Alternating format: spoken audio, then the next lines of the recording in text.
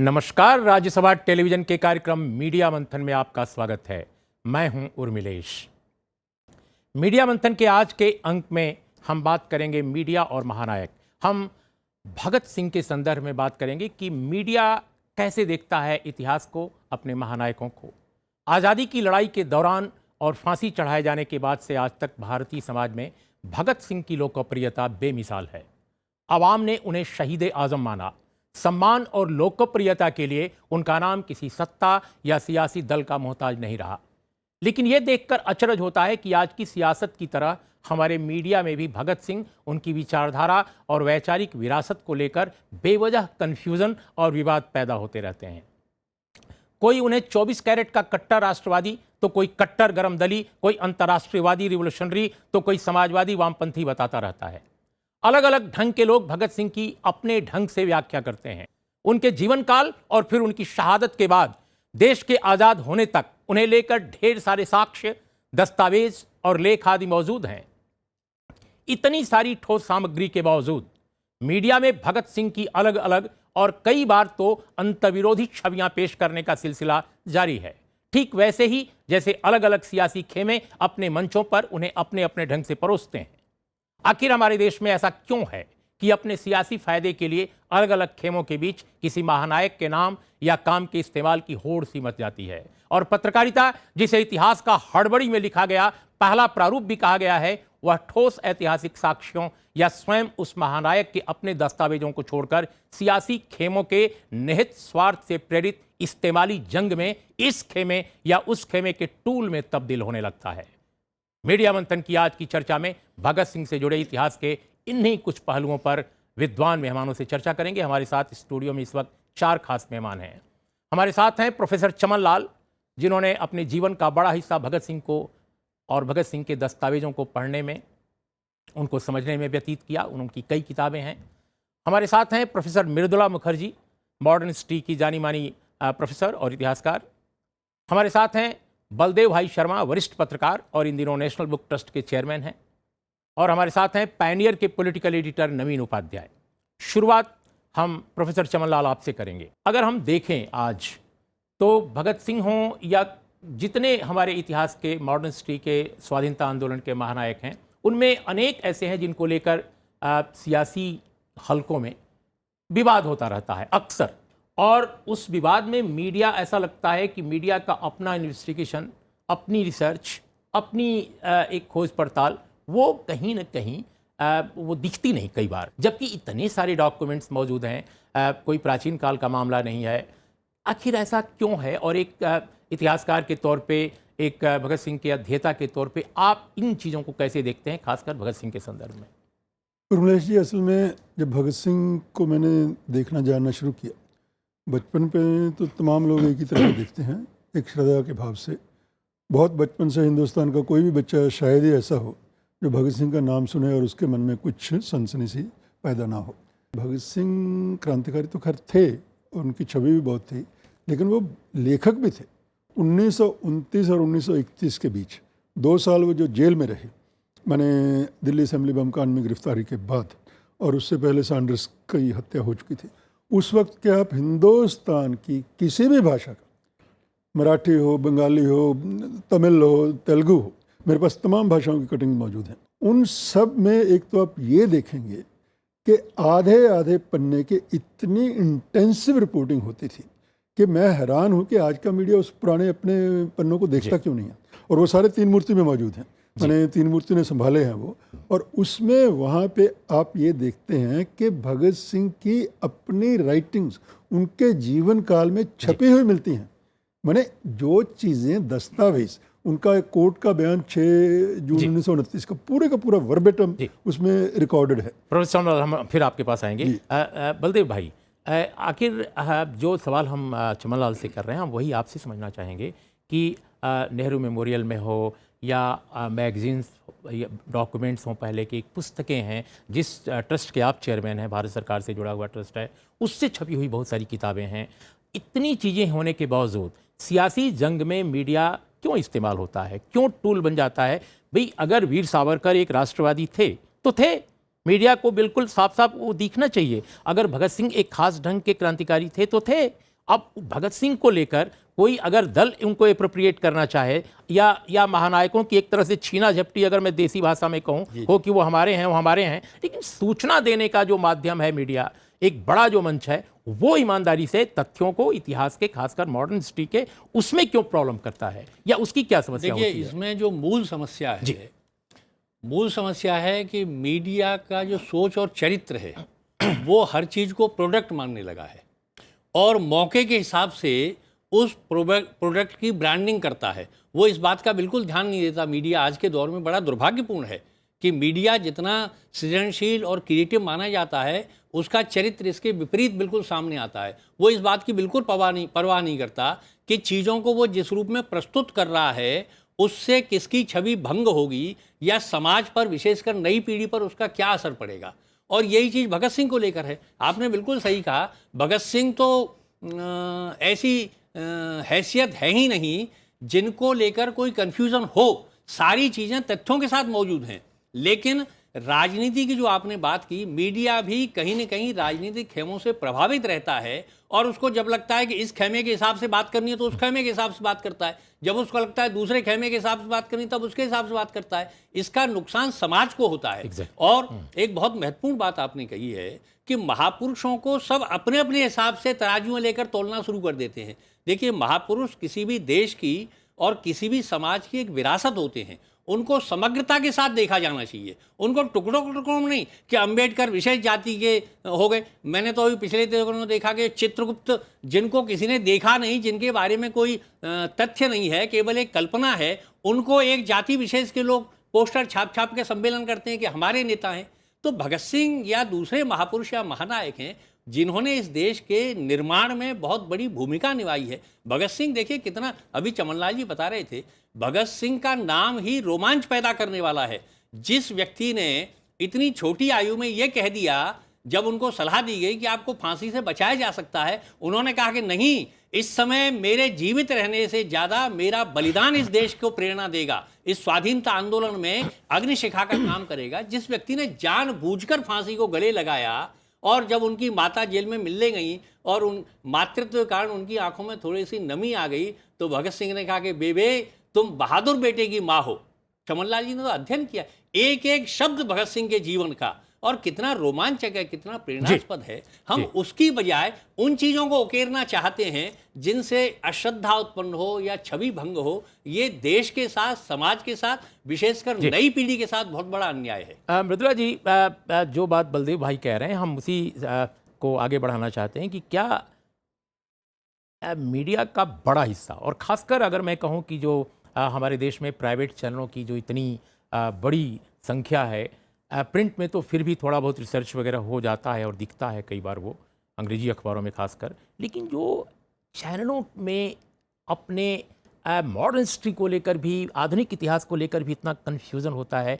आखिर आज के संदर्भ में भगत सिंह की राजनीति, भगत सिंह का दार्शनिक जो समझ है, उनकी जो राजनीति, जो उनका दार्शनिक परिप्रेक्ष्य है, वो क्या है भारत के लिए?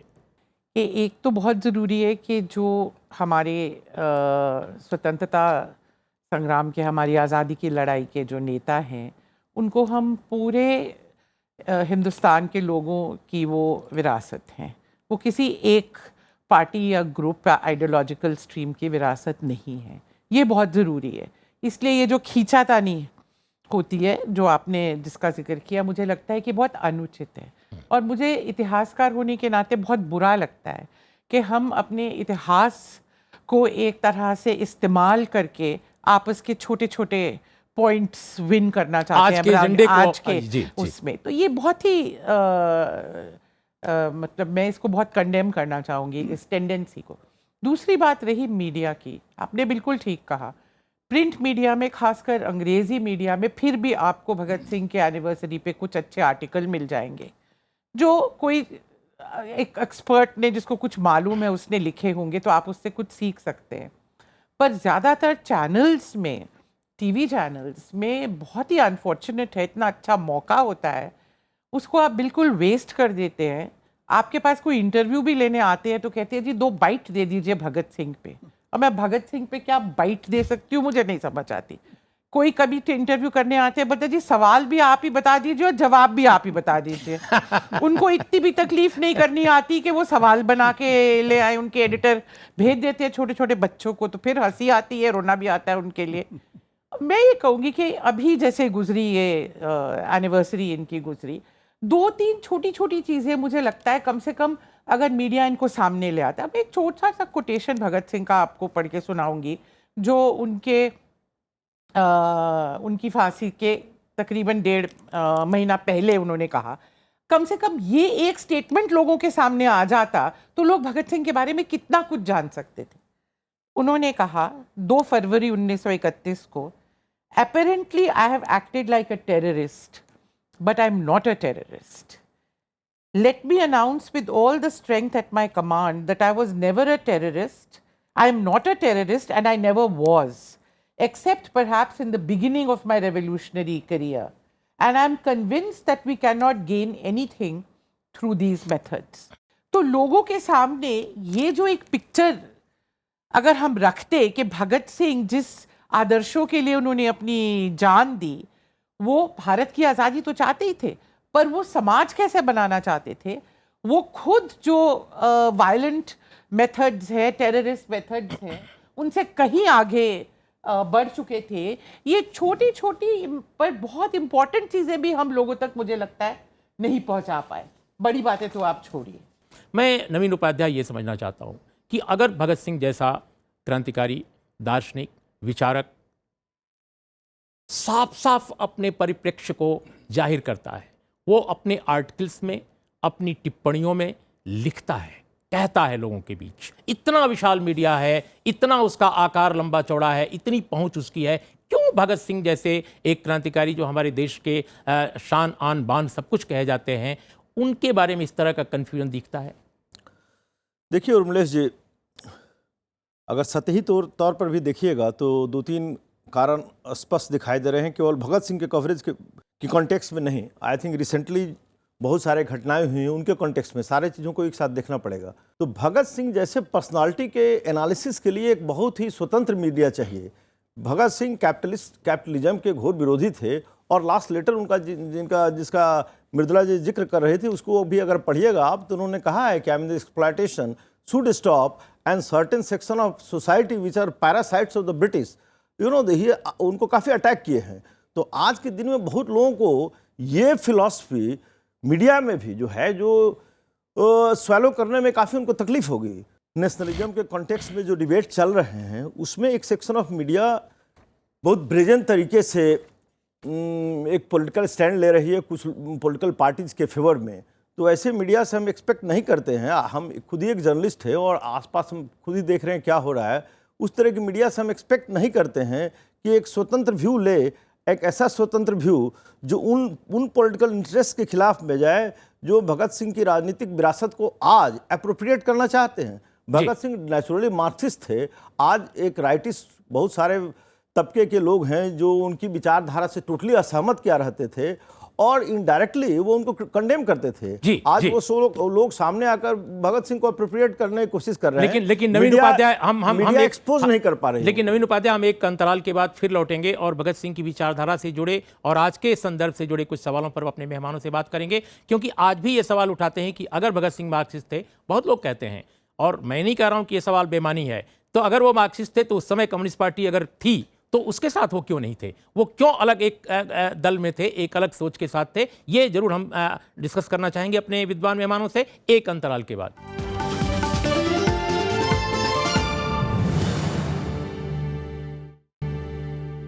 मीडिया मंथन की आज की चर्चा में आपका एक बार फिर स्वागत है। आज हम बात कर रहे हैं मीडिया और महानायक भगत सिंह के संदर्भ में। नवीन उपाध्याय जब बोल रहे थे, प्रोफेसर चमन लाल, तो वो उनको एक मार्क्सिस्ट रिवोल्यूशनरी के तौर पे पेश कर रहे थे। लेकिन हम ये समझना चाहते हैं, क्योंकि आप इतिहास के तह में जाकर उनको देखा है, कि आखिर भगत सिंह अगर कम्युनिस्ट विचारधारा के नज़दीक थे, अगर वो मार्क्सिस्ट या डायलेक्टिकल मैटेरियलिज्म को अपना चुके थे, तो कम्युनिस्ट पार्टियों में क्यों नहीं गए? कम्युनिस्ट ग्रुप्स तो आ चुके थे सामने। देखिए, मैं सिर्फ तथ्यों की बात करूँगा। मुजफ्फर अहमद जो हिंदुस्तान कम्युनिस्ट मूवमेंट के बहुत बड़े नेताओं में से, उन्होंने अपने मेमोयर्स में लिखा है, जो 1924 की बोल्शेविक कॉन्स्पिरेसी केसी में भी अभियुक्त थे, तो वो जेल से छूटने के बाद भगत सिंह से मिले। सोहन सिंह जोश के साथ, जो कीर्ति के संपादक थे और नौजवान भारत सभा में साथ थे, वो कीर्ति में उनके साथ भगत सिंह पत्रकार के रूप में काम किए, प्रताप में भी किए हैं, कीर्ति में भी वो पत्रकार थे और उसमें वो बहुत सारे लेख उन्होंने लिखे। सोहन सिंह जोश से इस बात पे उनकी चर्चा हुई है और सोहन सिंह जोश को उन्होंने कहा कि आपका जो तरीका है और हमारा जो क्रांतिकारी तरीका है उसमें थोड़ा फ़र्क है, हमारे विचार भले ही एक हों लेकिन हम अभी उस स्थिति में नहीं हैं कि जो है हम कम्युनिस्ट मूवमेंट का पार्ट बने।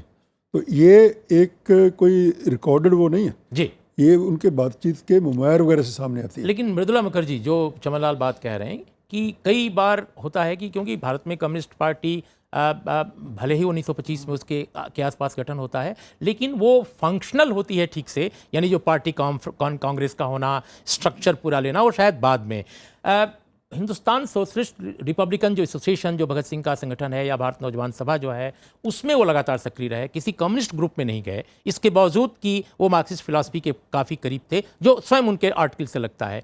आप कैसे इन चीज़ों को देखती हैं? देखिए, मुझे लगता है कि आइडियाज़ और पार्टीज़ दोनों को पहले सेपरेट करना पड़ेगा। तो भगत सिंह मार्क्सिस्ट आइडियाज़ के ग्रेजुअली उसके इन्फ्लुएंस में आ रहे थे। तो रेवोल्यूशनरी पार्टी से उन्होंने शुरू किया और रेवोल्यूशनरी पार्टी खुद मार्क्सिस्ट आइडियाज़ से खूब इन्फ्लुएंस हो रही थी। इनफैक्ट राम प्रसाद बिस्मिल के जो लास्ट उनके भी जो हमारे पास मौजूद है उनमें भी बिल्कुल क्लियर कट मार्क्सिस्ट आइडियाज़ आने शुरू हो गए थे और मेथड्स के ऊपर भी उनके जो डाउट्स थे और उन्होंने नौजवानों को कहा कि ये जो वायलेंस वाले और ये इंडिविजुअल वाले मेथड्स हैं ये आगे नहीं चलेंगे। तो बदलाव रेवोल्यूशनरी पार्टी के अंदर आ रहा था। दूसरा, कीर्ति किसान पार्टी जो पंजाब में एक कम्युनिस्ट पार्टी ही थी, दी कम्युनिस्ट पार्टी ऑफ इंडिया नहीं थी पर एक कम्युनिस्ट पार्टी ही थी, उनके साथ बहुत क्लोज रिश्ते थे भगत सिंह के। नौजवान भारत सभा और कीर्ति किसान एक साथ मिलकर काम करते थे, किसानों में, स्टूडेंट्स में, वर्कर्स में। तीसरा, मैं ये कहूँगी कि भगत सिंह जब तक उनके विचार पूरी तरह से मार्क्सिज्म की तरफ जाने शुरू हुए तो तब तक वो जेल में जा चुके थे और फिर उन पे फांसी का इल्ज़ाम, वो फांसी की सज़ा भी उनको मिल चुकी थी और ये सवाल उनके सामने था कि मैं क्या कहूँ कि अब मैं इन चीज़ों में विश्वास नहीं करता हूँ जिसके कारण मुझे फांसी दी जा रही है, इस तरह के वायलेंट मेथड्स, तो मैं छूट भी सकता हूँ। तो उन्होंने कहा कि नहीं, कोई कौन मानने लगा कि मेरे विचार बदल गए हैं, मैं इसलिए कह रहा हूँ कि मैं जेन्युइनली मेरे विचार बदल गए। लोग इसको एक तरह से माफ़ी के लिए एक एप्लीकेशन की तरह देखेंगे और इसमें पूरे हमारे स्वतंत्रता संग्राम की रेवोल्यूशनरी पार्टी की बेइज्जती होगी। लास्ट और फाइनल, मैं ये मानती हूँ कि जैसे बिपिन चंद्रा ने अपने एक लास्ट लेक्चर जो उन्होंने भगत सिंह पे दिया 3 या 4 साल पहले, शायद उनका लास्ट पब्लिक लेक्चर था वो, तो उन्होंने भगत सिंह मेमोरियल लेक्चर दिया JNU में। उन्होंने कहा कि Bhagat Singh was a Marxist in the making. ये उनकी अंडरस्टैंडिंग थी। जी, बलदेव भाई, आप कैसे देखते हैं? क्योंकि भगत सिंह को राष्ट्रवादी केवल के तौर पे पेश करने वाले लोगों की भी कमी नहीं है हमारे देश में, और बहुत लोग समझते हैं कि उनको मार्क्सिस्ट कहना या ये कहना कि वो कम्युनिज्म के आसपास चले गए थे विचारधारा के तौर पे, ये बिल्कुल गलत बात है। वो सिर्फ राष्ट्रवादी थे और एक राष्ट्रवादी क्रांतिकारी थे। देखिए, भगत सिंह को मार्क्सवाद के साथ जोड़कर देखना ये ठीक है कि उनके विचार उस प्रकार के थे, लेकिन उनको मार्क्सवादी बताना या कम्युनिस्ट बताना ये अपनी सुविधा के अनुसार उनको परिभाषित करना है। भगत सिंह शुद्ध देशभक्त थे और उनका जो चिंतन था वो भारतीय चिंतन धारा में से निकला था। चिंतन भारत में जिस प्रकार समान समाज व्यवस्था का या सामाजिक समरसता का भाव है, वही चिंतन उनका था।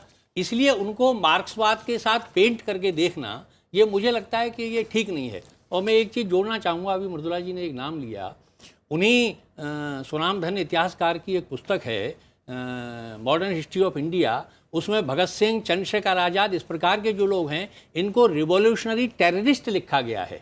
तो आप इस प्रकार की अवधारणाएं महानायकों को लेकर अगर नई पीढ़ी के सामने प्रस्तुत करेंगे तो फिर निश्चित रूप से मीडिया जिस कन्फ्यूजन का शिकार हो रहा है उसमें से ऐसे कन्फ्यूजन निकलते हैं। महापुरुषों के जीवन को हमें असंदिग्ध रूप से प्रस्तुत करना चाहिए, बिना किसी पेंट के या बिना किसी विचारधारा के इम्पोजिशन के। लेकिन बलदेव भाई, एक भगत सिंह का ही मैं एक उदाहरण पेश करता हूं और बहुत संक्षिप्त इस उद्धरण के बाद आप स्वयं देखें कि वो कैसे सोचते थे, खासकर भारत की जो आध्यात्मिक या धार्मिक विरासत है उसको लेकर और राष्ट्रवाद को लेकर। भगत सिंह को मैं कोट कर रहा हूँ, हमारा देश बहुत अध्यात्मवादी है, लेकिन हम मनुष्य को मनुष्य का दर्जा देते हुए झिझकते हैं, जबकि पूर्णतया भौतिकवादी कहलाने वाला यूरोप कई सदियों से इनकलाब की आवाज उठा रहा है। उन्होंने अमेरिका और फ्रांस की क्रांतियों के दौरान ही समानता की घोषणा कर दी थी। आज रूस ने भी हर प्रकार का भेदभाव मिटाकर क्रांति के लिए कमर कस रखा है।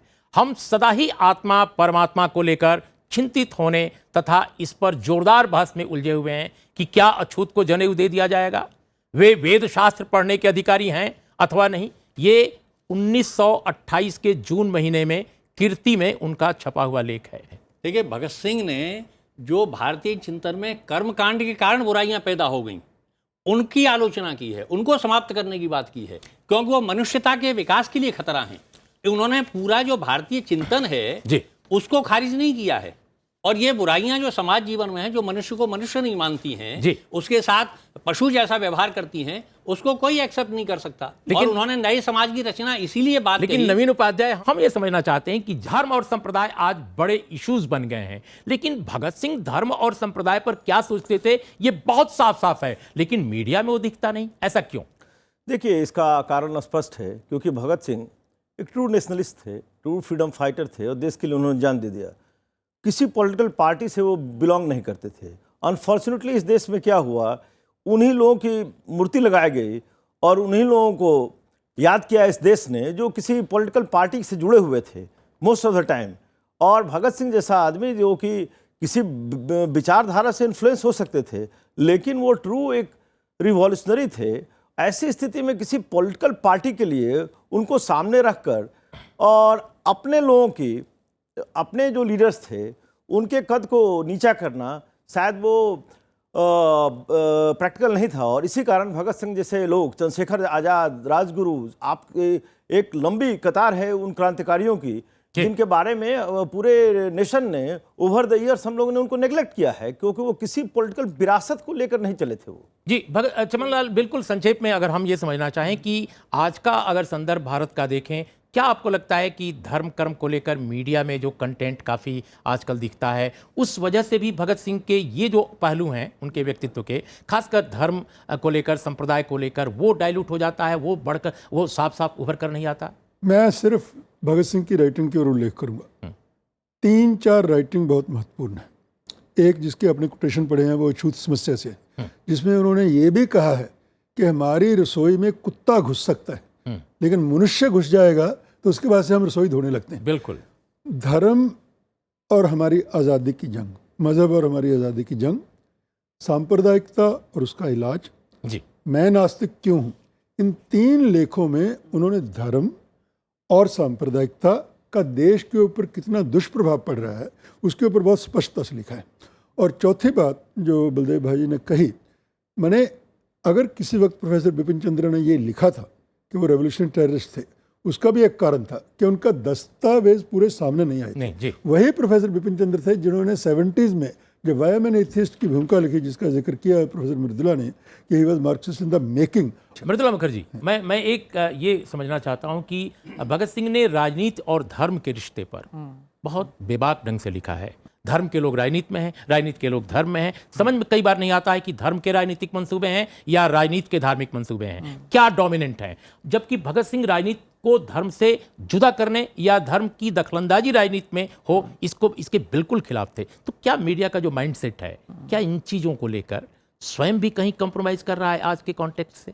जी बिल्कुल, मुझे लगता है कि यही कारण है जो कि भगत सिंह के बारे में आप बाकी चीज़ों में डिबेट भी कर सकते हैं, पर जहाँ तक सांप्रदायिकता का सवाल है, उनके विचार इतने स्पष्ट हैं और उनके मृत्यु के पहले के जो लेख है उनसे नहीं। 1926 में नौजवान भारत सभा की उन्होंने स्थापना की। नौजवान भारत सभा के 5 उसूलों में से 2 उसूल ये थे कि कोई भी आदमी जो किसी सांप्रदायिक ग्रुप के साथ या पार्टी के साथ जुड़ा है वो इसका मेंबर नहीं बन सकता। दूसरा, हार्मनी बिटवीन कम्युनिटीज उसका एक ऑब्जेक्टिव था। सबसे बड़ी बात, भगत सिंह अकेले थिंकर थे उस टाइम के। जवाहरलाल नेहरू जिन्होंने सांप्रदायिकता पे बहुत कुछ लिखा, उनके भी इतने क्लियर कट व्यूज नहीं थे कि कम्युनलिज्म, सांप्रदायिकता उतना ही खतरनाक है जितना कि ये इंपीरियलिज्म जी। या सांप्रदायिकवाद। तो ये इतनी डीप समझ, और मैं तो कि आपको हमारे देश में इसका इतना ज्यादा खतरा है कि दोनों एक लेवल पे डेंजर है, ये भगत सिंह इतनी छोटी उम्र में समझ गए और थे। कई बार तो ऐसा लगता है कि भगत सिंह आइडियाज अनकंफर्टेबल हैं अभी। और कई बार तो ऐसा लगता है कि भगत सिंह उस वक्त जो कह रहे थे जी। वो कहीं ऐसा लगता है कि आज की तस्वीर तो नहीं है। अब जैसे एक मैं उनका कोट देख रहा था, भारतवर्ष की दशा इस समय बड़ी दयनीय है। वो कहते हैं एक धर्म के अनुयायी दूसरे धर्म के अनुयायियों के जानी दुश्मन हो रहे हैं। अब तो एक धर्म के होना ही दूसरे धर्म के कट्टर शत्रु होना जैसा है। ऐसी स्थिति में हिंदुस्तान का भविष्य बहुत अंधकार में नजर आता है। इन धर्मों ने हिंदुस्तान का बेड़ा गर्क कर दिया है और अभी पता नहीं कि यह धार्मिक दंगे भारतवर्ष का पीछा कब छोड़ेंगे।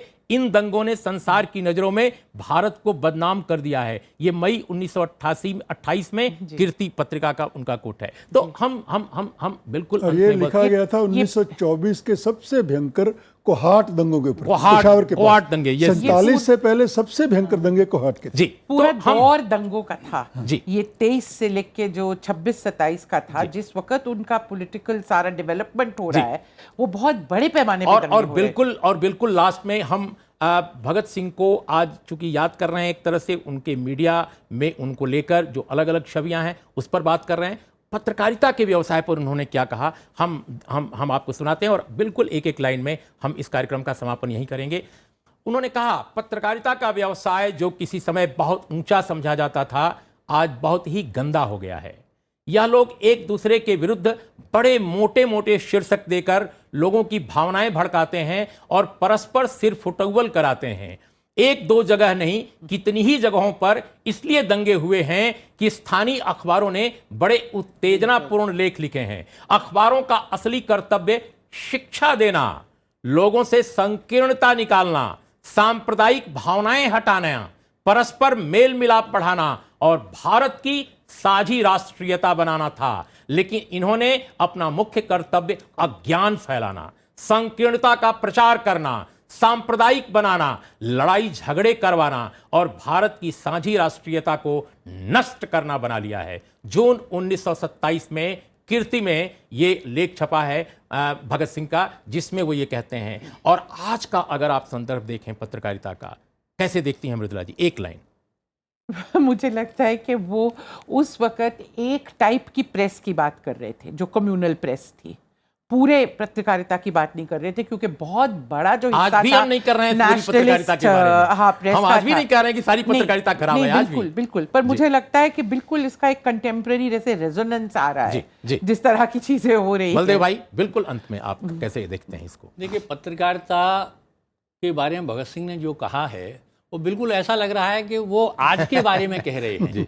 उस दौर में कितनी भयावह स्थिति थी, और आज तो एक बड़ी चिंताजनक बात अगर पत्रकारिता के साथ है तो वो सामाजिक सरोकारों से लगातार दूर होती जा रही है। ये बहुत चिंता का विषय है। अगर समाज निर्माण में उसे योगदान देना है तो पत्रकारिता को व्यावसायिक हितों से थोड़ा सा हटकर सामाजिक सरोकारों को प्राथमिकता देनी पड़ेगी। मुझे लगता है आप लोगों की इन टिप्पणियों के बाद मैं इस कार्यक्रम का समापन कुछ यूं कर सकूंगा कि भगत सिंह ने अपने दौर में जो कुछ देखा, समाज को, धर्म को, सांप्रदायिकता को, राष्ट्रीयता को और उनके तमाम सवालों को, कई बार ऐसा लगता है कि आज का जो संदर्भ है वो काफ़ी मिलता जुलता है। मुझे लगता है उस नज़रिए को फिर से एक बार उस पर शान चढ़ाने की ज़रूरत है, उनको आगे बढ़ाने की ज़रूरत है और उनकी रोशनी में नए रास्ते की तलाश करनी है। इन शब्दों के साथ आप सभी चारों मेहमानों का बहुत बहुत धन्यवाद। देखते रहिए राज्यसभा टेलीविज़न।